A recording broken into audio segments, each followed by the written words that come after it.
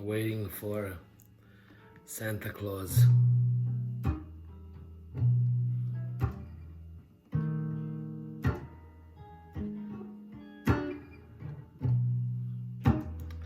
December 24.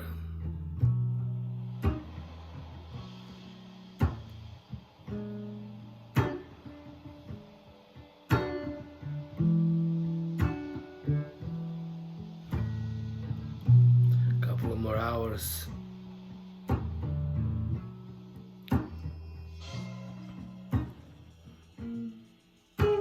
And Santa Claus will be here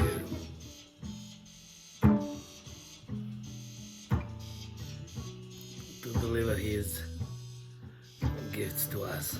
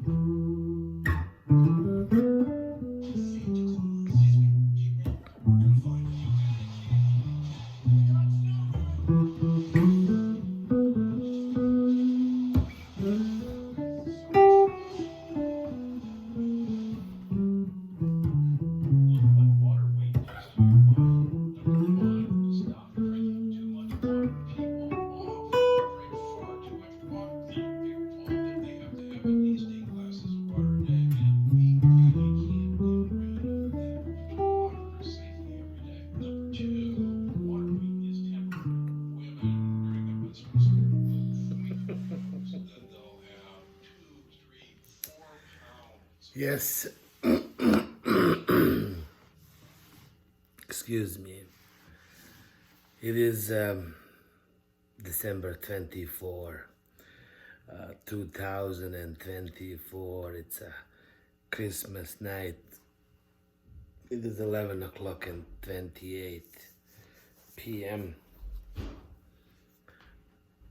And I guess we are waiting for Santa Claus to bring us our gifts tomorrow morning. We are all these children that never grew up, forever expecting presents on a Christmas morning, whatever that might be. These days, if I wake up in the morning, that's a gift enough. I'm so happy that I have a night off and I get to relax and do nothing. I could have gone out, maybe I could have visited some friends, but I decided to stay home. Kids and myself watched the movie on TV. I don't think I watched the movie on TV in years, really. I do spend a lot of time, obviously, on Facebook, on Kakao Talk, on TikTok, on YouTube and whatnot. I dare say I spend about 6 hours a day, on the screen, whether I'm consuming something or creating something. Uh, it's a lot. It's a lot. It's definitely a lot. But hey, we gotta find a way to somehow relax. Just watched a documentary here on TV on called "Who Killed Jazz." A friend of mine that goes by a stage name Rambo Amadeus. He combines the energies of Rambo and Amadeus when he creates his music. So it's very, how can I say, brutal, Neanderthal-like music that has the finesse of Mozart and Amadeus. He's kind of like the Frank Zappa of the Balkans. In one of his interviews, he said that the time will come when we will have to pay to play. We will have to pay our listeners because of the, I guess, sheer competition, for our own attention. I have so many videos on my YouTube account, and very, very few of them have more than, I don't know, 100 views or something like that. The shorter the video, the more the views. We don't really have the attention for something like that. Nobody really can sit down and listen to somebody like me speak for such a long time. The same goes for music, the same goes for pretty much anything else. Jazz that used to be music just like blues, that was available to everyone, even if you were a poor person, you could pick up the guitar and somehow learn how to play it and basically maybe even make a living from it, but not anymore.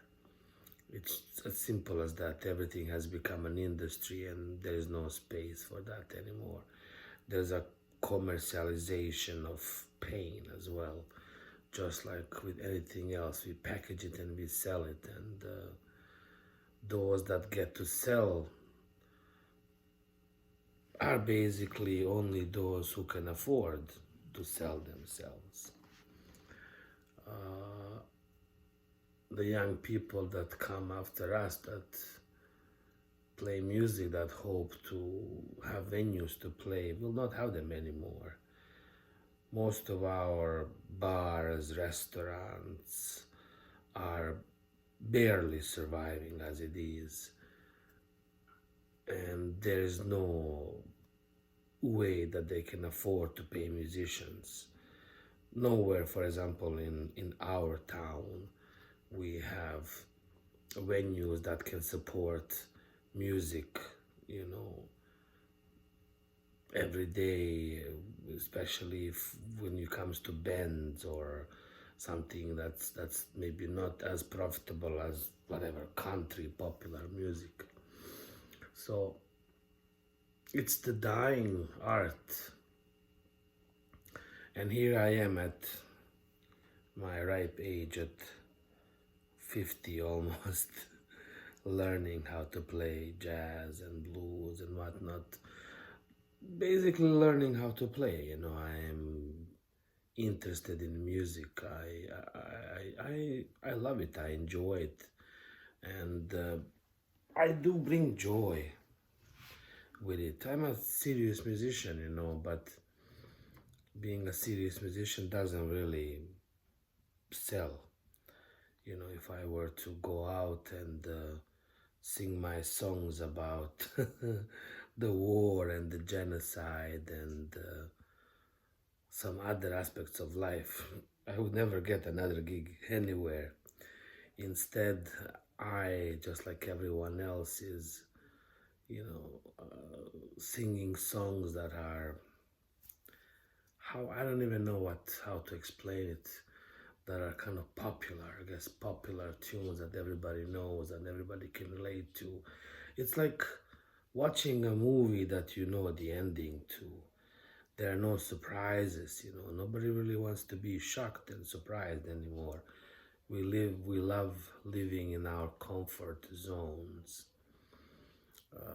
That makes us feel okay. I mean, we have so much unpredictability in our lives that we don't really want to be shocked by an artist. uh, we want to be put to sleep. We want to be comforted. We want to be, reassured that everything is going to be okay. I know when I go out and play, Three Little Birds by Bob Marley, don't worry, be happy, every little thing is gonna be alright, that I actually make the most tips. We would rather be told a lie over and over again than the truth. Because the truth is it's difficult to comprehend. I consider myself a mirror of the reality, which is why not everyone can really stomach me, because I reflect to you exactly what the world is. And it's not always rainbows and lollipops, of course. And for that reason, people find it difficult, how can I say, to put me in a box, to say this is who you are. Most of the time when I go to a show, people expect comedy, and that's what they can handle, and that's what I give them. Because if I were to speak truly and honestly about everything that I see around me, not even the facts that I have observed in the war situations, but here in peace, the problems that we face every day that are becoming bigger and larger than all of us.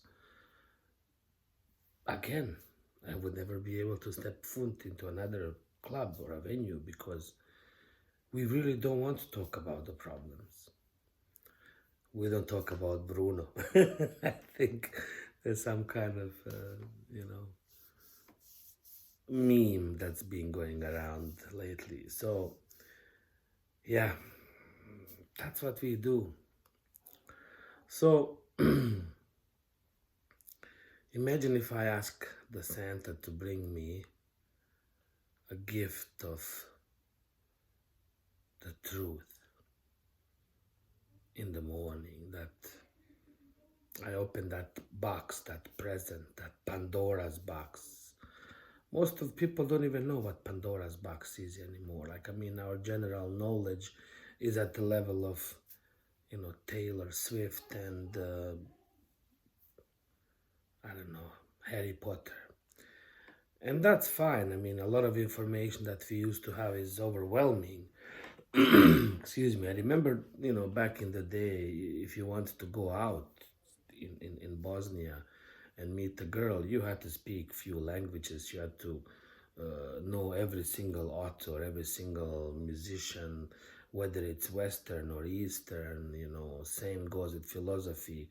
If you didn't know who Nietzsche or Socrates was, you would not be able to go out and be in public. People would ridicule you. That was just general knowledge. These days, we don't really have that. I mean, our common general knowledge is basically like non-existent. So, the idea of Pandora's box is the box that has all the evils in the world put into one place. And we always say we open the Pandora's box to let all the evils out. And at the end, there is hope at the bottom of the box. And I think that there is the truth as well. The, the more we push these things aside, The more we decide not to speak and not to talk about things, the more of a problem they will become.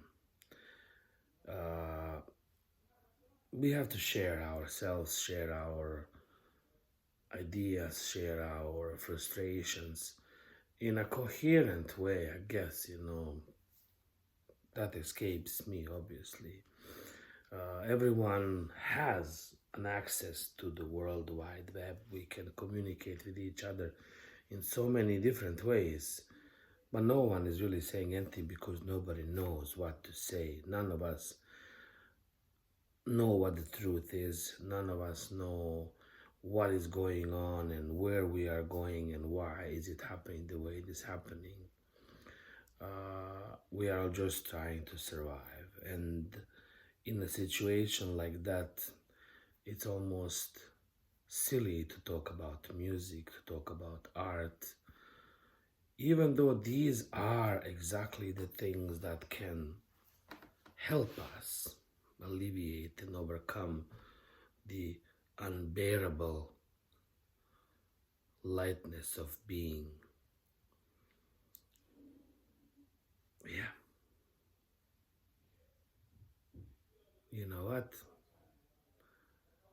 I truly, truly enjoy having these moments of freedom where I don't have to run and do anything because it gives me a chance to sort of reflect on my life. Even tomorrow, right after Christmas, I'm going to go back to play music, to do things, to fight the boredom, because the day will come when we will no longer be able to even play. Access to a stage will be a privilege, uh, and access to an audience will be a privilege as well. So only those selected, pre-selected will have a stage and the people to listen to them. And that's not cool. That's not cool. That's, to me, cultural fascism. Call it whatever you want. But the idea that only certain expressions are going to be, continued and the other ones will disappear. I've already talked about this in some of my other videos. I remember back in the day, we had different sort of music. Music was used for different purposes. In the Middle East, we had these traveling musicians, doctors that used to play music that would cure people out of depression, out of toothache. Seriously, the music was freer. We didn't have these borders on the guitar, so it was possible to play the microtonal music, which just sounds completely different than, these simple notes that we have here. Everything changed with the introduction of the piano, because the black and white keys on the piano cannot put anything between them, unlike on the guitar with the microtonal music. Those who play music understand what I'm talking about. That's all gone. The entire Turkish classical music doesn't even exist anymore. Everything is kind of down to Twinkle Twinkle Little Star, and from there even blues and jazz is kind of being pushed aside. We have that pop music that's everywhere, which is great. I love it. But it's like just one color of the rainbow that's being pushed upon us. Rainbow, unfortunately, is gone. Even though we'd like to think that it's there, it's not. The more we think we have freedom, the less we have it. In reality, the freedom is only measured by the amount of money you have. And that's the reality. So those that have the money have an access to every color of the rainbow. Those that don't can stick to brown. Merry Christmas, Happy New Year. I love you all. See you in the next video. Maybe I have a completely different message next time. We'll see what Santa brings us in the morning. See you soon.